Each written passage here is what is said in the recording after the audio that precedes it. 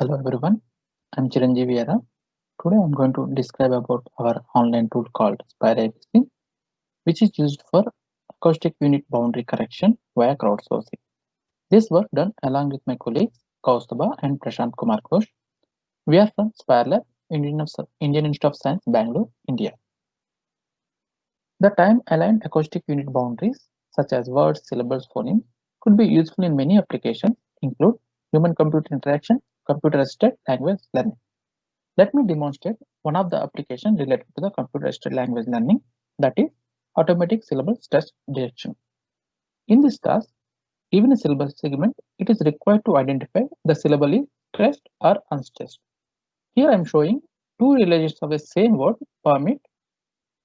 As you noticed, the acoustic properties within this stressed syllable are more prominent compared to this unstressed syllable. So as you notice, in this task, the boundary information is crucial for correct analysis. Typically, these boundaries are estimated using automatic speech recognition system.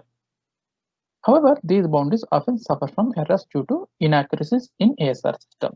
These inaccuracies could cause an error in analysis. The goal of this tool is facilitate the manual correction of inaccurate AU boundaries via online, and it is provides flexible design so that naive annotators can be do it the correction to achieve cost-effective solution. Please note that this inaccurate AU boundaries referred as noise AU boundaries in this talk and this work. In online, there exists an annotation tool which have been developed using WaveSurfer JavaScript. It is a general purpose JavaScript and has been used in many applications, include combining multiple audios, voice activity detection, and audio rendering. Let me demonstrate this annotation tool and then describe the demerits.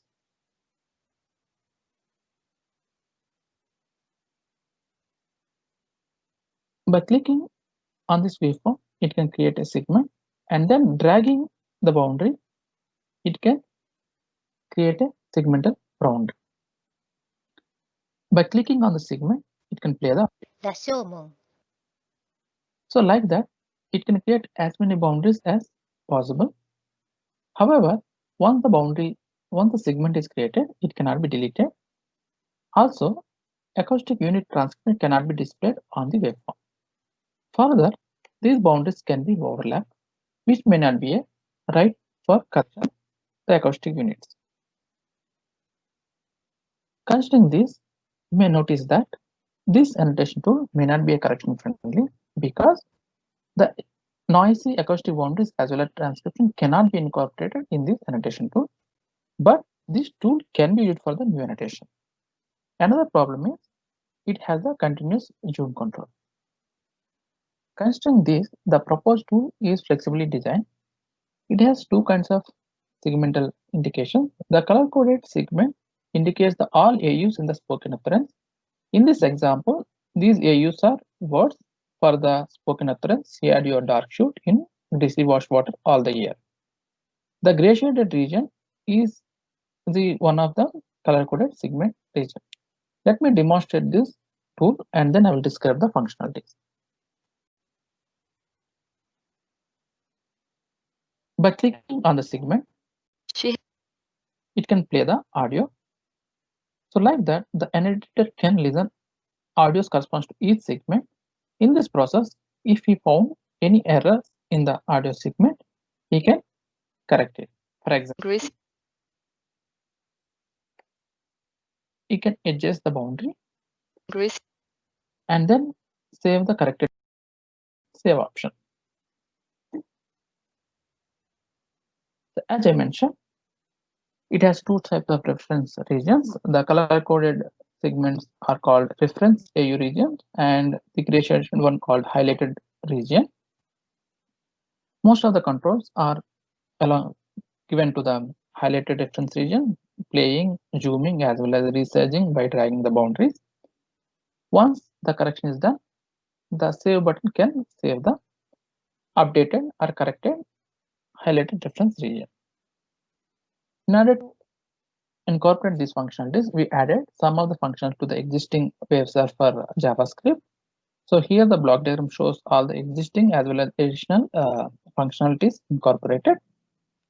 Let me describe the added or modified functionalities one by one. First, we have incorporated the function to create all segments or reference regions for all acoustic units and created a highlighted reference region from the selected reference region along with play, resize, and move controls. To establish communication between this reference region and highlighted reference region, we have incorporated callback functionalities. For flexible play and zoom, we have used the 4 levels of discrete zoom controls. Once the boundary is corrected, it has been updated using save button with reflecting the corrected boundaries. In order to know the performance of a proposed tool, we have performed the experiments considering 3 objective measures: mean absolute difference, correct alignment rate, overlap rate. Among these 3 measures, mean absolute difference is least is the best and remaining 2 highest is the best. For this, we have considered 30 occurrence from the timid data, and AU segments we consider is syllable and words. These syllable and word acoustic boundaries are obtained from ASR system trained with Fisher English and timid data.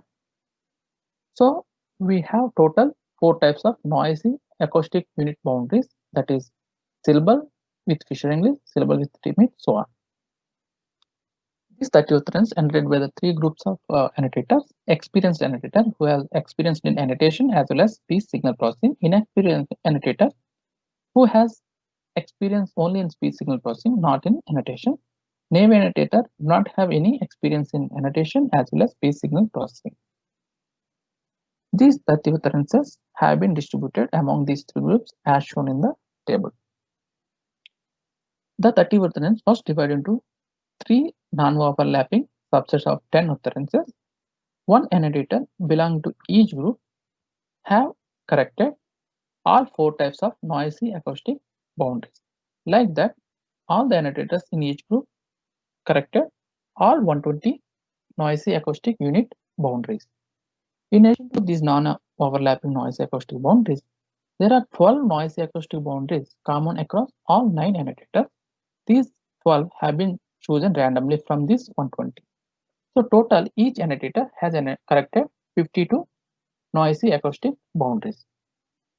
After the correction, these are the results obtained. So figure here shows the average performance on all annotator groups. Here in the table shows the performance measures before correction. From figure A, you can observe that the performance measures are higher than compared to the numbers in the table. So it shows improvement after correction. And also the naive annotator performance not significantly different from the experienced as well as inexperienced annotators. Further, as you notice, the naive annotator's performance on care higher than experienced as well as inexperienced. In order to know this, we have performed further analysis on common set, considering each annotator separately, as shown in figure B.